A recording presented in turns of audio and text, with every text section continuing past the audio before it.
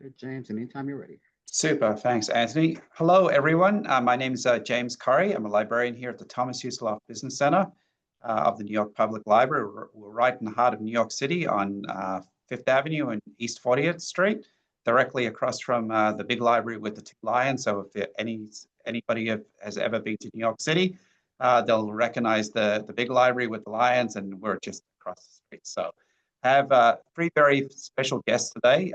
Megan Nakano is going to be my moderator, so I'm going to let her do all the introductions. So, but before I turn it over to her, I just have a few housekeeping rules.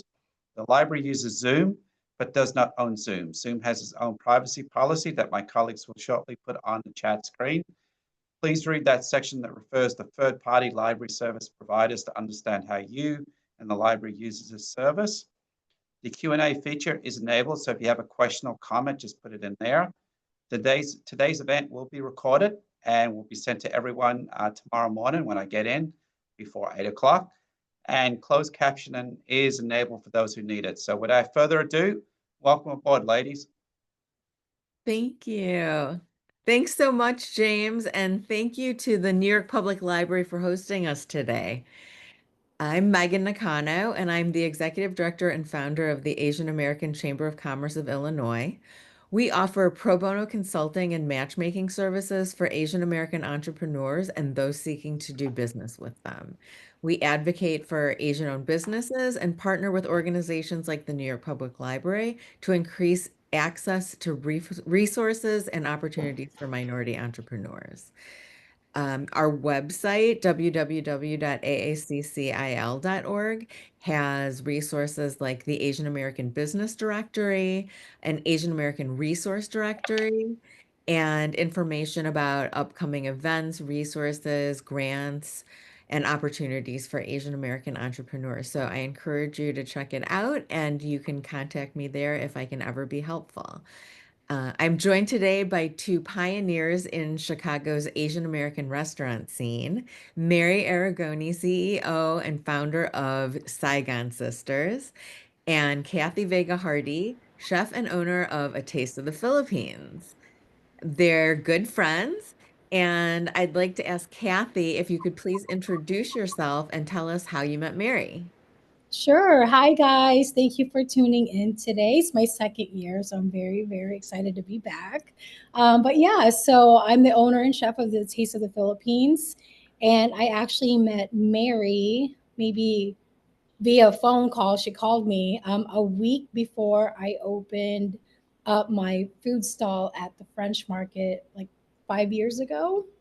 So she just kind of offered some insights of the French market and everything and kind of lend a hand. And I didn't even know her. So I'm like, who's this lady? So now, fast forward, we're like really good friends. So very thankful for her. Mary, please Yeah. tell us about yourself and why you reached out to Kathy. Sure.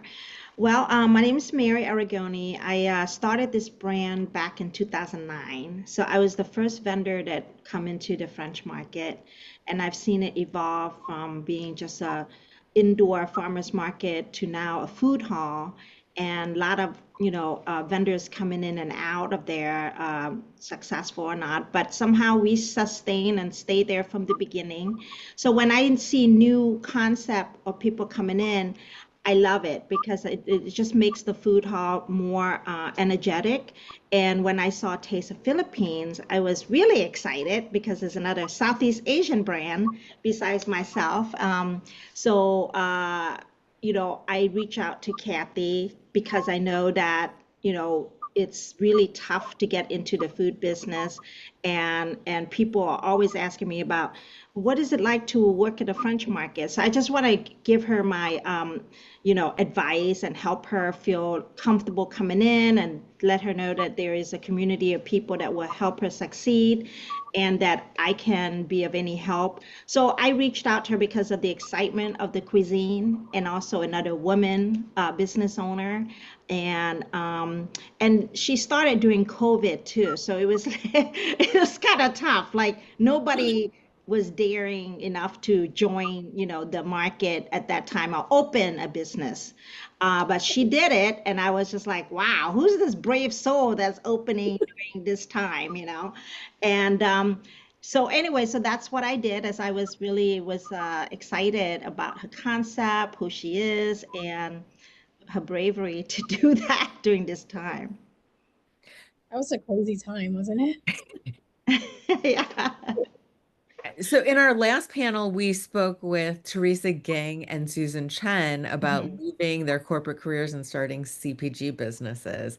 And both of you started out in corporate as well before becoming restaurateurs.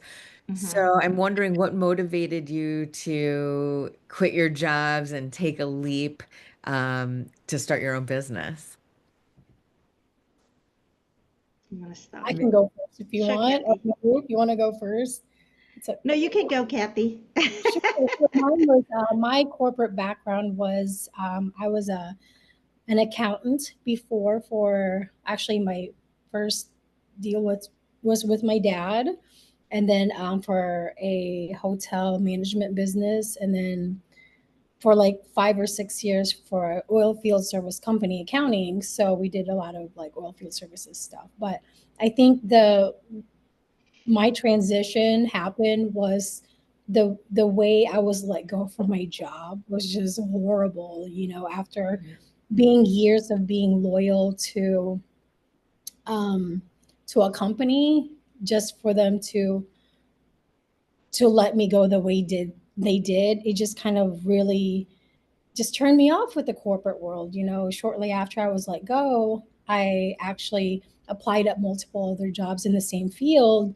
I got 2 job offers, and ultimately I was like, what if this happens to me again? I don't want to be, I was 29 when I started, when I established a Taste of the Philippines in Denver. So I'm like, what if I poured 5, 6 years into my life? I'm going to be in my mid 30s and I'm going to be nobody. What's going on? So that's how a Taste of the Philippines was born. So there was like a lack of, to me, there was a lack of Filipino representation in the whole state of Colorado. So that's where I'm like, oh yeah, my mom was a chef when we lived in the Philippines. So why not start there? And then downside was I never cooked in my life. So that was a whole different story. But I learned through passion, through my mom, a lot of YouTube videos, and it just kind of became a passion. And over 13 years now, I'm still going. So in 2 different cities, it's been an incredible ride. So Mary, was your mom a chef too? my mom or Mary's mom? Mary, was Yeah. Mary was Oh, my your mom? mom, she's, a great cook. I learned a lot from her. So yes, she was a big, inspiration for me to do what I do. And but yeah, so my story is a little different because I worked for corporate Procter and Gamble for 20 years. It's my first and only career. So I move with them every 3 years. And they say on average you're supposed to have like 5, 7 careers in your life. I only had one. And I think during 2009, when the recession hit, and I had a disability because I lost sight of my right eye. I had a lot of time to think about what I want to do next with my life, because it was kind of a wake up call to me where, when I say my eyesight is gone on the right side, what if I can't see anymore? So, like, I need to live my life to my full potential and have something that's fulfilling for the rest of my life, in terms of career. So I left during 2009, took the package because I want to stay in Chicago. And I see a potential, just like Kathy, there's a void in Asian food in downtown Chicago because there's always the fast casual channel, there's Jimmy John and Chipotle and all of that, but nothing fast casual Vietnamese. And when I lived in New York, when I worked for Procter, I saw a couple concept that's Vietnamese that's coming up downtown, and I was like, oh my gosh, there's room for this, and I think let's give it a try. Even though I've never worked in restaurants before, that let's just see what happened and see what the demand is. So basically, what I did is it was kind of serendipity because I was trying to figure out what to do with my next career. I was walking past the French market and they were looking for vendors for the first food hall ever in Chicago. So I was like, food hall, that's going to be very low risk entry because I don't have to pay brick and mortar. I can just test it out, see if it works or not, and then leave. So I took that chance. I did a tasting for the owners. They loved the food. And they said, French market? What's Vietnamese got to do with French market? I'm like, Vietnamese inspired by French food, like the baguette, So I said the French baguette is French Vietnamese inspired. So I introduced that as my first idea, and it took off um, like from the beginning. I think when the market first opened, 20,000 people showed up. It was like a big, big deal. It was great marketing, and I just love that people like were gravitating to us right away. And I knew that there's something here, and the people in Chicago are looking for this kind of food. So let's do it. And not knowing anything about restaurants or worked in restaurants, I hired a chef consultant who is my friend to kind of come up with something that is manageable in this 200 square feet with used equipment that I bought. Like, here's an oven, two induction, what can I do? So he helped me came up with a few sandwiches that's really catchy, gourmet, and then we grew from there. So, I started adding category like pho, and people love that. Then I started adding other stuff. So anyway, so I love the business because it is very fulfilling and personal to me, and it's also very creative. And I was kind of missing out of that when I worked in corporate because I was doing sales, project management, and IT, and I miss the people connection. I miss the drive, the motivation of what I'm doing. And that whole time, in 2009 with my disability and all that, it just kind of propelled me to make that decision and take that leap of faith. So I'm really glad that I did. So we've talked about you both having stalls in the Chicago French market, and you've both actually explored many different sorts of venues and service models before. Kathy, you started out in a food truck actually, and you've done farmers markets. And Mary, you also had a stall in the food court at the Northwestern Memorial Hospital. So I'm wondering if you can talk a little bit about these different models and, the pros and the cons of each one and what you learned. Kathy, you want to start? Sure. So as you mentioned, and I mentioned earlier too, I started off as a food truck, like Mary, like Mary's mentality. I had the mentality of like, what can I start up that's low cost, low budget, that I can finance myself or like very little seed money. And at that time, the food truck scene in general, especially in Denver, was just up and coming. It was up on the verge of just rising. So I got this like little 4 by 11 trailer food truck and just did that. And it was financed and it just kind of took off. So within a year, like less than a year, it turned into like a catering company with the food truck too. And I feel like I kind of just ran with the whole catering. Even to this day, I would say half of my business is catering. And then this is like a side gig for me at the restaurant. So the transition from food truck to catering and then transferring the business from Denver to here. And then where I started from ground level again, like level zero. So I started doing farmers markets.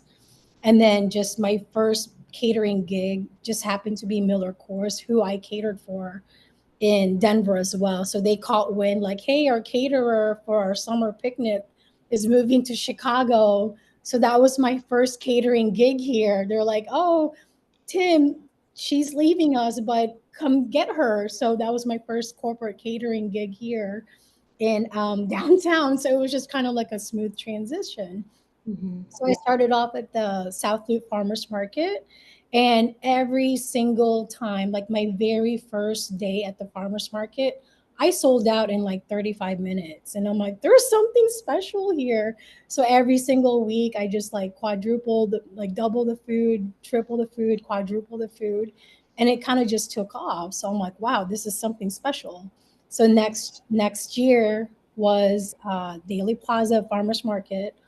And then my big fish was actually the French market. When I first moved here in 2018, I would frequent the French market because I love Vanille's macaroons. So I'm like, I have to be here. This is my 5-year goal in like from moving to Chicago. So I was doing the farmers markets. I was doing a little bit of catering, but I had my sight on the French market. But I did it in like less than 2 years. I was there, but COVID hit, and that was just a crazy time.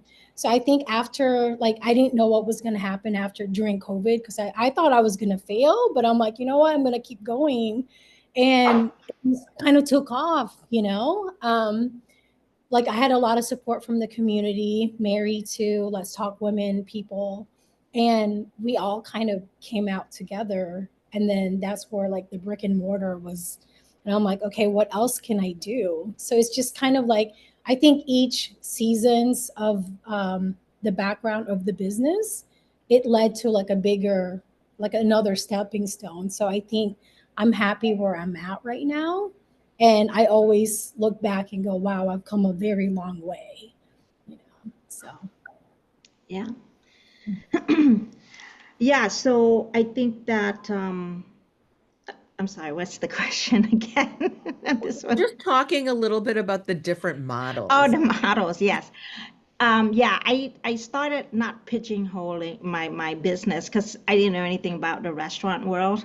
So I didn't even know what food hall mean and full service, limited service, all of that. I didn't know what all that means. So I just try and see what works, And the food hall, the market forces me to get a rental kitchen because the demand is so much than the 200 square feet space. So I had to rent a kitchen and pay a lot of money to like produce pho, for example, and daikon radish and things like that because we couldn't do it there. So then my husband found a space nearby. It used to be Quiznos, like a block, 2 blocks away, and we turned it into a commissary kitchen. So we took that space knowing that, we need, instead of paying so much money for a rental kitchen, we can pay this place and same rent. So we created this restaurant with a hood and everything. And next thing I know, like, oh gosh, we need to pay rent. How are we gonna keep this place open? So then it immediately turned into like a full service model. So then we have to like hire servers and gotta know how to do, dinner service and then alcohol, get a liquor license. Like within 6 months, like I opened a market, then I opened the restaurant. It was supposed to be commissary. Then I learned about this whole full service model and just having servers, and it was very difficult time at the beginning because we didn't really know what we were doing, and it took a while for that model to be successful. The food hall was success right off the bat, and then Northwestern Memorial Hospital came knocking and asked us if we want to open inside the hospital to promote local brand that has healthy option. And that was like 8 months into me opening the French market. So from within a year, I went from that to a full service model and then opening inside of a hospital, like, the best hospital in the world. So I felt like, oh my gosh, so what do I do now? So what I had to do was figure out everything from like how to open a brand new restaurant and with more food hall, but limited service inside a hospital, a lot of carry out and all that. So then that was a 10-year experiment for me, which I love being in there, but COVID really kind of killed it because, no one wants to go into the hospital to buy food except for first responders. So that affect us very highly, especially with the rent being so high downtown and everything. So I got out of the hospital after 10 years, and then COVID hit, so then I became really good at carry out delivery using technology. So I had to pivot that. And then, there was no catering at the time because nobody's in the office. So now that we're back outside of COVID, catering has become a big deal for me. So I kind of started kind of backward from you, Kathy, where you started with catering and now you go into brick and mortar. I started with brick and mortar and now I'm going to catering. So it just really depends on the demands, the community you're at, what the situation is, what the environment, and you have to kind of quickly, pivot.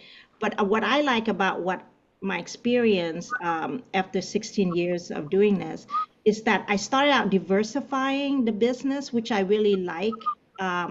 It's like if it's really cold, then the hospital sales is going to be really high, way up because everybody stay in.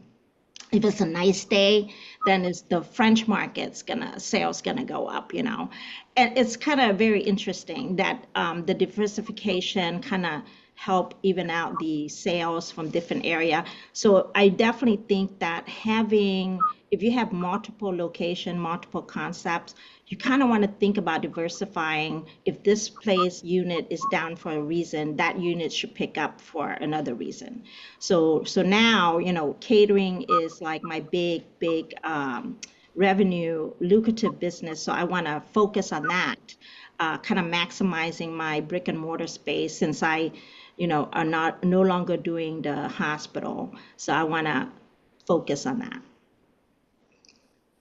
So, Mary, you're also WBE and DBE certified, Mhm. right? That's for anybody who doesn't know, that stands for Women's Business Enterprise or Disadvantaged Business Enterprise.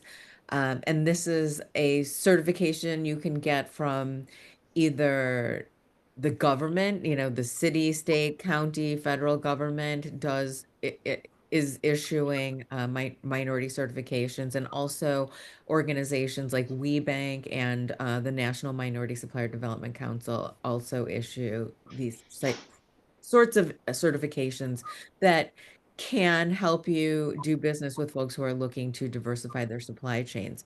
So, Mary, can you tell us a little bit about the application process and how Mhm. you've utilized it to attract corporate and government clientele? Sure. Yeah, so the first brick and mortar is in a CTA building, which is Chicago Transit Authority. Is that Quizno place that I took over. And they require you to have a DBE certification, Disadvantaged Business Enterprise. So that kind of forced me to certify to get into that space. I didn't know what that was, but I filled it out, all the information. They want all kinds of financial disclosure, all the owners. I'm the only owner, so they made it easy. And then they also want you to, do a no change affidavit every single year, so that you are still qualified for that. So I got in on it because it was a requirement. And then I later found out that it is really valuable to have that certification because then you can get bigger gigs or be a preferred vendors with like McCormick Place, with another hospital, or with, airports. So I did the certification, not DBE only, but now WBE, which is Women Business Enterprise. And then once you get into one certification like DBE, the WBE and the ACDBE, which is the airport, is very similar. Same kind of information that's needed. You just have to keep up with the no change affidavit every year. And so once you sign up for one, it's easier to get the other certification. And then after that, if you didn't become a billionaire, you can do a no change affidavit, which is just giving them your income tax return, basically, and that your income has not been substantially over a few $1 million or whatever. So that was the reason. And then now, with the DBE, I find that it is really useful to get into big catering organization like McCormick Place, because they look for that certification to work with, and also other places like McCormick, like other catering companies, which you have to kind of work for. Like you have to kind of put yourself information in this website, in the database, or you have to search for opportunities like RFPs in the government city contracts. So you get alert that say, hey, we need food for this group, you need to send in your proposal or your DBE, all that kind of stuff. So yeah, you definitely need that to get your foot in the door on big accounts like that. But the business account, you don't need to do that. Like law firm, architecture firm, that's more like referral, word of mouth, or people who love your food or want to try that or want to support diversity, like during March, which is Women Heritage International Month. We get a lot of order because people support women-owned business, or Asian Heritage Month in May. We get a lot of orders for that. So the community look for companies that has certification or branding behind it. That's women-owned, minority-owned, Asian-owned, whatever, because they really want to support that. And I really appreciate that during those times because it just really help our business. And so changing gears a little bit, you've both brought foods and flavors from your homelands and introduced them to the Chicago market. I want to know how culture and family have influenced your business. Can you tell me? I know you touched on it a little bit, some recipes from your mom, Kathy, but can you tell us how it's been an influence on your business? Oh, definitely. I would say it's 150% influenced by my background. I mean, I'm born and raised in the Philippines, from moving here to the States when I was 9, and just, like I said, like starting the business in Denver in 2012, there was no diversity there. I feel like I was the first mobile restaurant, that Filipino at least, in the whole state of Colorado, to open a little food truck there that's anything like that, like Filipino. So I feel like that was like a great advantage. And for me, I was like very passionate about like, hey, there's no Filipino food here. I want to put it out to the masses. And I'm just so thankful to be the first one to do that out there. So I just kind of like took it and ran with it. And, as the business has evolved and everything, I do stay true to my roots, my background. I always marketed from the beginning, especially. I always marketed the business, the food as authentic. And now I do authentic stuff and some fun stuff like, like we have our adobo, we have our lumpia, we have our pancit. And then we also have our breakfast sandwich that is absolutely not Filipino. Like it's not like like a staple out there, but all the ingredients, all the components that go into that sandwich, like ube pandesal, our in-house longaniza, all of that just kind of, it's a fun and creative way to showcase my culture and my background. So, and again, I'm just so happy and thankful to be still around after, like 13 years in two different cities. And it's just been so incredible to share um, my background in Filipino cuisine, because I feel like it's been so underrated for a very very long time. Like Anthony Bourdain, Andrew Zimmern have been saying like the next food craze is going to be Filipino food, and they've been saying that since 2012, 2014. And I feel like now, like I opened a couple weeks after at the French Market, Kasama. Obviously, everyone knows Kasama, like their first Michelin star Filipino restaurant in the whole world. Like I feel like there has been an uptick. There's been a boom, especially here in Chicago. I know that I kind of keep tabs in Denver too. I know like a handful have opened since I've left. So I feel like we're here. We're finally not quite up there in like, the Chinese, even Thai food, Vietnamese, but Japanese. But I feel I feel like we're getting up there. We're there, so, and Mhm. happy to be part of that, like amongst, butting heads with like the Kasamas, Bayan Ko, Boonies, Kanin, Side Practice, all of the Filipino entrepreneurs, and I'm very close with, and we do events with together. And to me, like being a part of that circle, like means so much to me. It feels like I'm doing something right. That makes sense. Mhm. How about you, Mary? Yeah, definitely our heritage is the big plays a big part in what we do. I was born in Laos, parents are Vietnamese, lived in Thailand.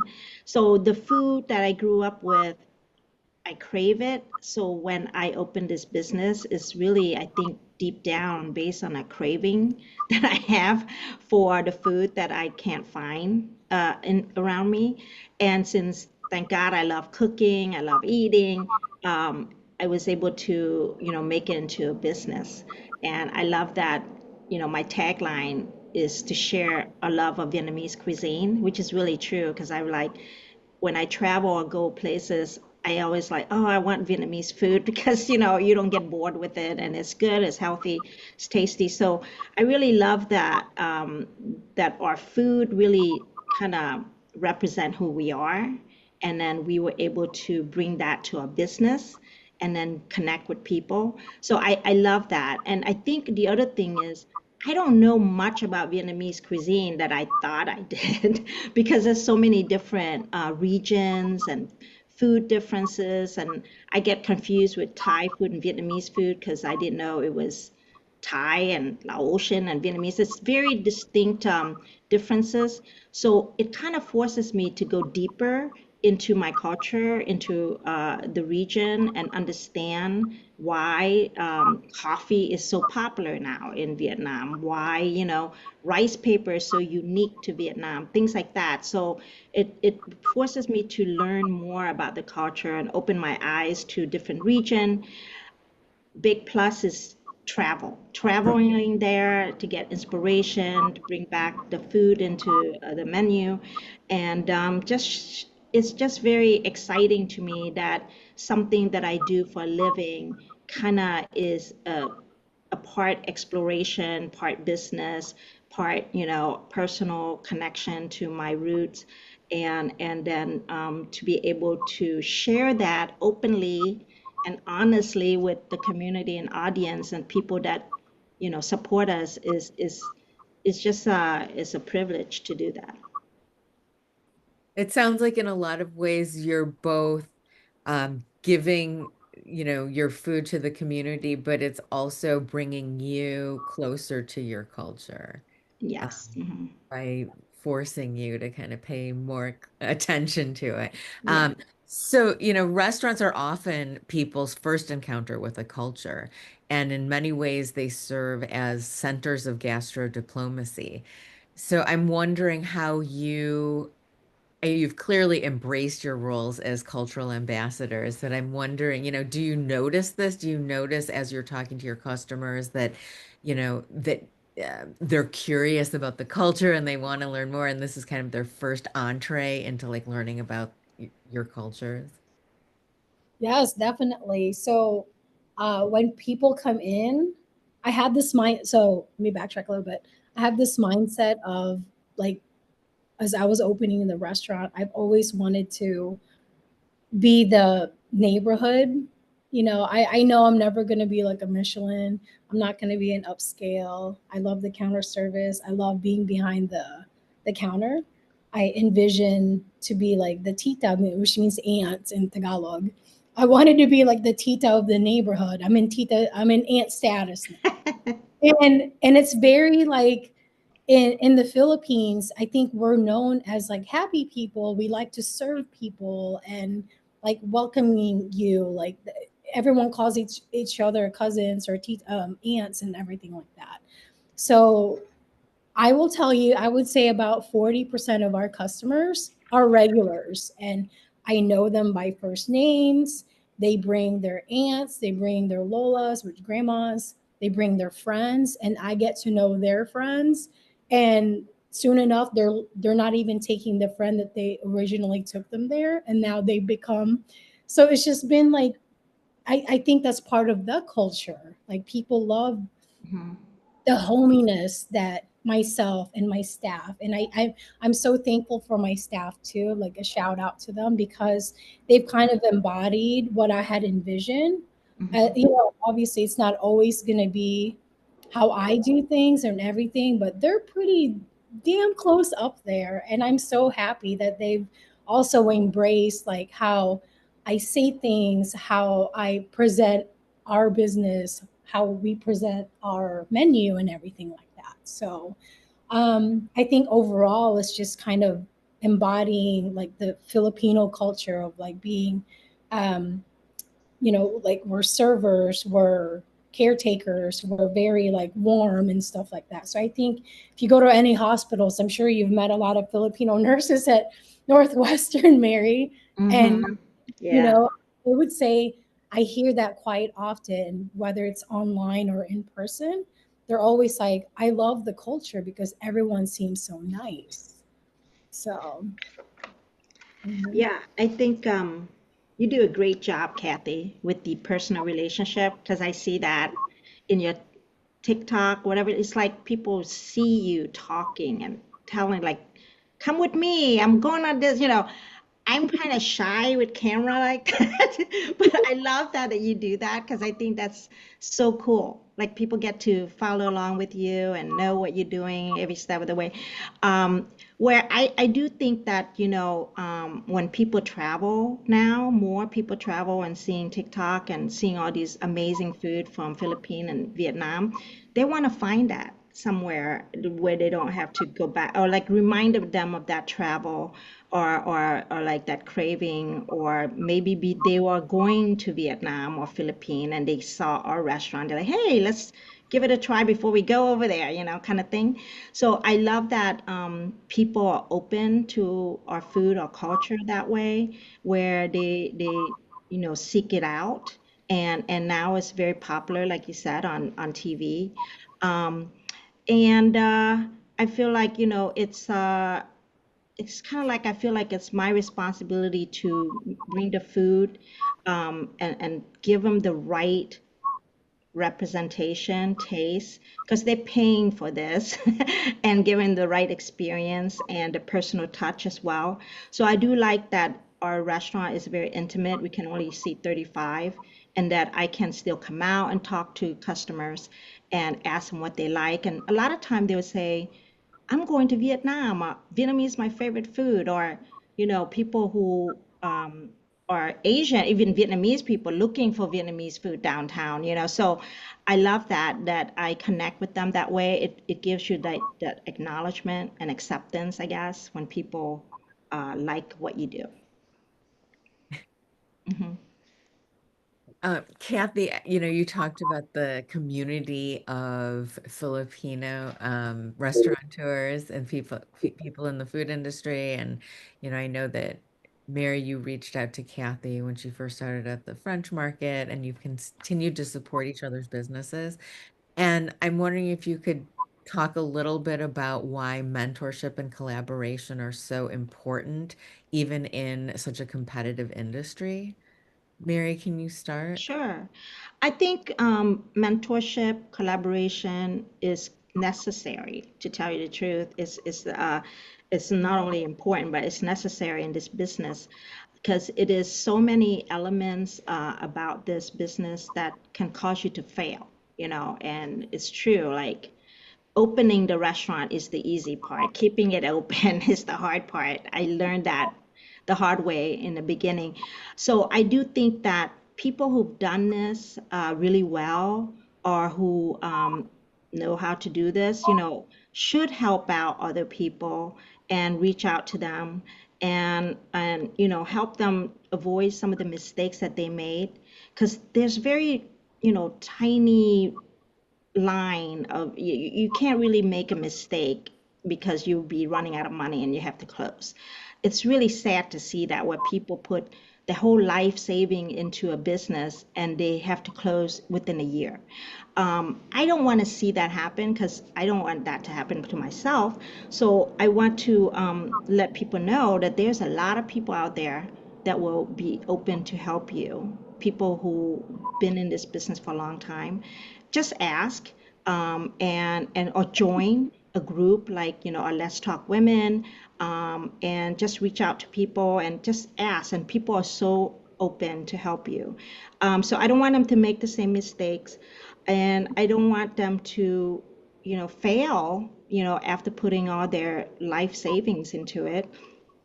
And I want them to succeed. And I don't see them as competition because I think the more cuisine, like I see a lot of Vietnamese restaurant opening in New York, James Beard winning restaurant, this and that.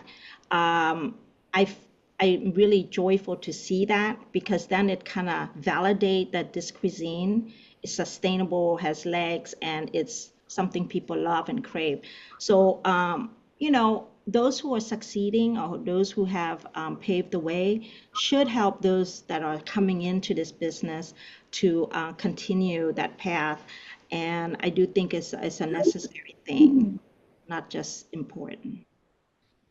I I agree. totally agree. I feel like, kind of piggybacking off what Mayor had said, mentoring other people it's so vital to to the business, and also collaborating. I mean, heck, I built my business on having a couple mentors. Like I have Jacqueline, she's Larimer, Larimer Catering in Denver. She literally took me under her wings and was showing me the ropes. How to eat. I didn't go to school for this. She taught me how to hold a knife properly because the first month she watched me at the commissary, I was holding the knife like this and I'm complaining about my forearm hurting. And she's like, girl, I've been watching you for a month and I feel like we're friends now. I'm your, we're good friends. This is how you hold a knife. And I'm like, oh, thanks. Big difference. Hurting forearm. I mean, that's just like an example of she looked at me as like, hey, there's this girl who has no idea what she's doing in this food industry. Let me offer her help. And then just like like showing me the ropes and I'm learning. And as my catering business kind of grew, she kind of held my hand, let me go a little bit. I will ask her questions. And then it got to the point when we were not only she's teaching me, we're collaborating, it's so fun. And then even like, because she's more of like a corporate catering, she does more like bruschettas, like the fancy stuff. So when I moved to Chicago, now she's calling me. She's like, how do you make a lechon, cebu lechon? So I would be like, oh my God, I'm teaching my mentor something. This is awesome. So it kind of comes full circle, And then I feel like the baton has been passed to Mary as my mentor, like with the French market, right? When I was like my first LOI that I signed at a different building before this restaurant, I would be like, hey, Mary, I have no idea how to do this restaurant thing. Is this normal for like the something about like property tax, blah, blah, blah, to be in this? So she gave me some insight and I'm like, I feel like I'm getting taken advantage of. So it's pretty cool how Mhm. I'm so thankful for that. Sorry, someone's trying to get in there. You have to answer the door. No, no. So it's just very important to have mentors. So I feel like my position right now, I don't personally have anyone that, hey, I'm mentoring this person or this person, but with all like the panels that I've done, like stuff like this, I get a lot of people DMing me or an email. Hi, my name is so and so. I'm just starting to get my business started. I know you started in Denver as a food truck or farmers markets. How do I go about doing this? So I kind of give them like an outline. I'm like, I did it this way. It could be different, but let me know if I could help you with anything else. So it's like it's pretty cool because like what Mary said, you don't want to see anyone fail. You don't want anyone wasting their time, their money, and it's just deflating. No one wants to fail although it's necessary sometimes, but you don't want to waste money. You don't want to waste time and everything like that. So for me, I offer help to anyone and everyone that I can, even inspiring anyone. That's a big deal. So Mm-hmm.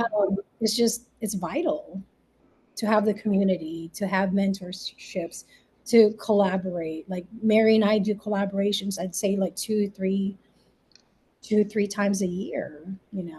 So it's just important. And it's like the cross promotion, cross networking. Like I have my people who are very loyal to me, and we have a shared Julian. We have a shared, you know, and then she has her people, and it's just fun to like Yeah. go. We did one with Stacy and Mm-hmm. Sam. Like we did all four of us in one night. So it's pretty cool. Like when things kind of gel together and come together. Mm-hmm. Eh, Kathy, let's talk about that you've competed on Oh, Chopped and Cutthroat Kitchen. And also, you were a very early adopter of Instagram when you were promoting your food truck. And I'm wondering if you could talk a little bit about the impact that that visibility had on your business and your brand and how you've continued to cultivate that. sure. I think the Food Network thing was so long ago and it was necessary. I was in shock when I got invited to audition for the first Cutthroat Kitchen because I was on Cutthroat Kitchen twice. So like I was very shocked. I'm like, did you mean to call me? I didn't go to school for this. They're just like, no, we just love we saw that you won a cooking competition in Denver.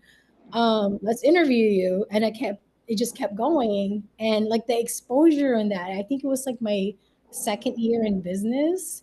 And it was just like the woodworks, like Denver, I feel like it's a small, big city. So they were seeking out for me. It's like, oh, I went to Union Station and I looked for you and stuff like that. I'm like, this is incredible. And then just like the exposure is awesome. So I think that was very necessary for my move after leaving Denver and having to move here in Chicago because I feel like Chicago is such a foodie and there's so many like game changers out here. I'm a nobody here when I first moved. So just getting my foot in the door at Daily Plaza and stuff and just saying like, "Hey, I'm a Food Network alum." Kind of like, "Oh, she knows what she's doing. Let's get her in." On top of like being a Filipino cuisine. So it's just kind of pretty like that was like my street cred as I called it. That was just like the beginning of it. Now maintaining the people customers was very vital too, and I'm just so thankful I moved here when I did because I think I had like, not that it matters for anything, but it does and it doesn't. But back in the day, I think once I moved here I only had like 1,200 followers on Instagram, and I think that was just the beginning of the whole like influencers and stuff like that. Like Jared Bobo was a huge one. And for some reason he just took to a liking of my lumpias in the pancet. And I got featured on his page. This was like months after moving here. And I feel like that just kind of put me in a whole like, hey, who's this little Filipino girl at Daily Plaza? Let's check her out. And first day, like my very first day at Daily Plaza, like the mayor was there. I was like, this is crazy. I'm like shaking hands with him. And then there's probably like 50 people in line. I'm like, what is happening? It's because he posted about it. Because I met him at South Loop Farmers Market. So I feel like kind of veering off, I feel like I'm where I'm need to be because I feel like all these opportunities just keeps landing on my lap without even searching for it, and people are finding me, like Mary and like all these people just kind of comes together, and they're very vital part of Mm-hmm. the business. So again, community is our deal, and the community has shown up and then some.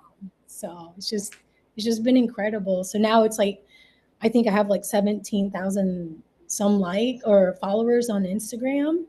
And it's just through community. It's just been crazy, So it's incredible.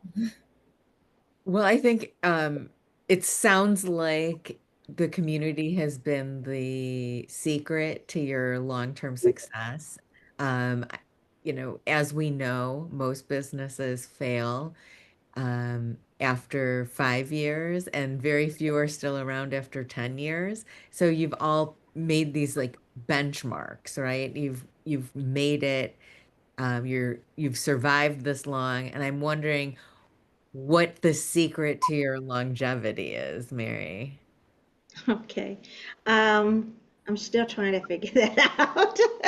But I think it has to do with, your persistent perseverance, your fear of failure, and your reason why you're doing what you're doing.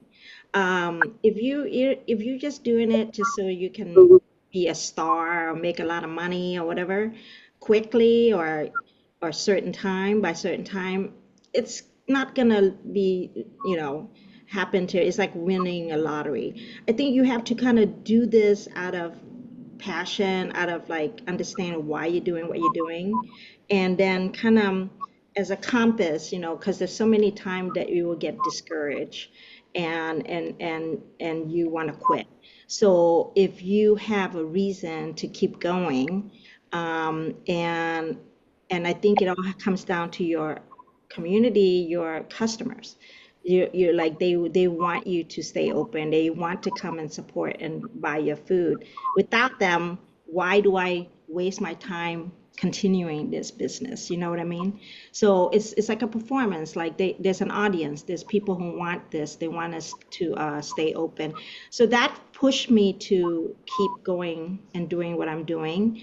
Um, and I think that helps, the encouragement from our customers, our coaches, our community, our peers, and that's what keeps me going. And I think the other thing is, I was inspired to do this business because I desired to be an entrepreneur like my mom and grandma, who were, very successful. They have to leave that behind.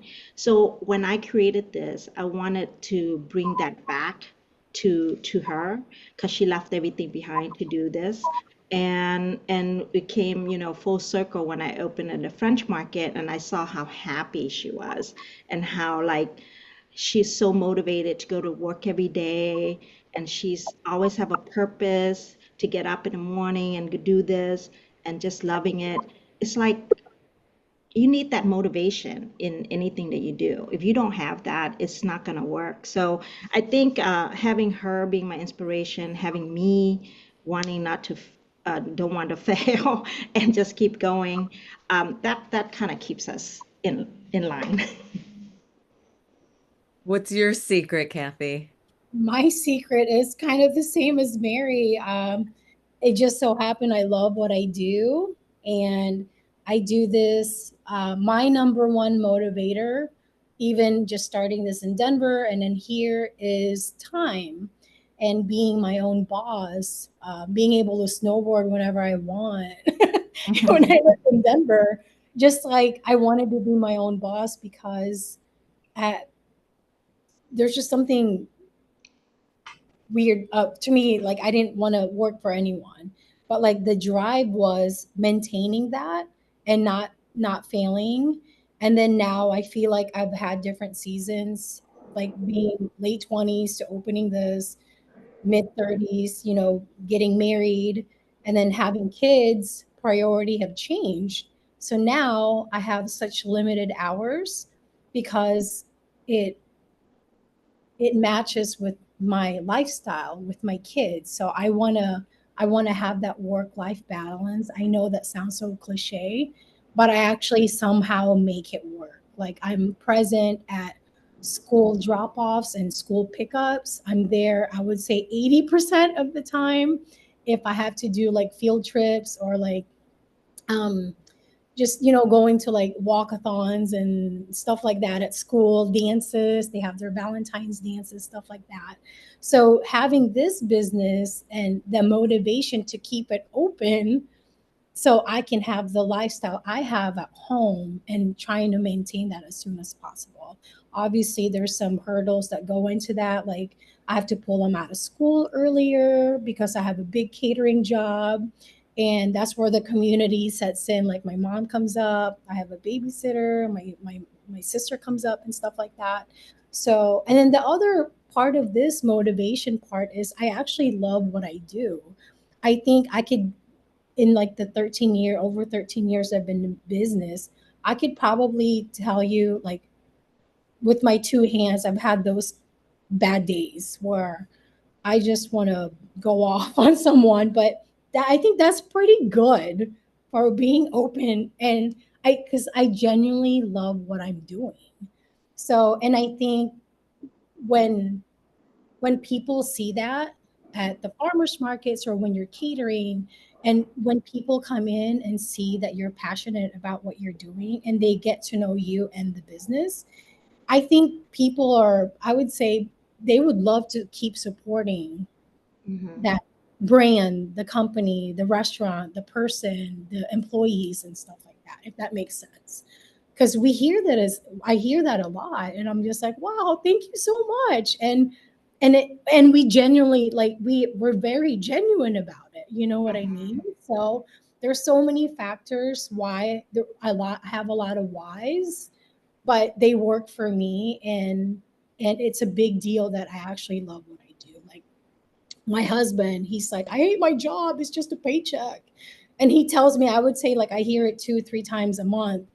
You're so lucky you love your job. And he tells Olivia, our 6-year-old, Olivia, make sure you love what you do when you're older so you won't feel like a job, you know? Like I worked 16-hour days on Saturday. I was at that rooftop, with that was possum, by the way. It wasn't anyway. Like Amanda was like, anyway, the birthday girl. But it was like a 16-hour day for me. And they're just like, I can't believe you're still up and smiling. And I'm hanging out with them at the rooftop, And I think people want to support that, because there's the brand, there's the person behind the brand. And then it's not just a brand, it's an actual person. So, and I'm happy to be doing this. So, and I'm still And around. people can tell when you're having a good time, I think. Yes, and you can't fake, yeah, there's some days I'm like, "Ugh," but I tell them ahead, I'm sorry, I'm having a day. You know what I mean? Yeah. So it's like, yeah, it's hard. You can't. I feel like you can't fake happiness with anything. I'm sorry, we're down to like our last Oh, minute here, yes. but I wanted to, I do see some interesting questions in the chat, and one of them is they wanted to know how one goes about forming a community and what are some of the dangers or mistakes that lead to the disintegration of community. Any thoughts on that? Danger. I've been followed. Um, it's not fun. Luckily, my neighbors, like, we call them neighborhood watch. I've had people come to my house and video me while I'm in my backyard, which, yeah, it's very scary. I've had breathers call and like say explicit things. I would say that's the downside. But as far as building the community, like I feel like I actually built the community in South Loop Farmers Market because I lived and worked there. And then also at the French market, just seeing, you see the same people. So they tell their friends, there's your community. And now here at the restaurant, I live 5 minutes away from the restaurant.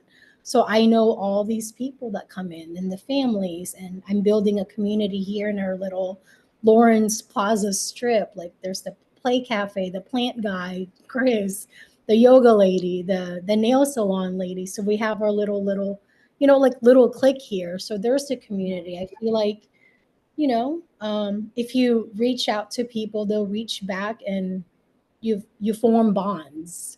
Mm-hmm. Community. Yeah, I agree with that. The personal connection is definitely how you build a community. But I think how you break the community is by not being responsive. If they don't like something or they complain about something, like you kind of take responsibility to fix it or acknowledge it and do something about it, because that's where they feel like they're being heard. So I do think that that's really important, is that, not only the people that cheer you up and supporting you, but some of the people who don't like certain thing. Maybe we had a bad day that day in the kitchen or whatever. But you wanna make sure that you acknowledge what they say and what they tell you. Thank you so much, ladies. I really appreciate you taking the time out of your very busy days to be with us here with the New York Public Library. James, do you want to close us out?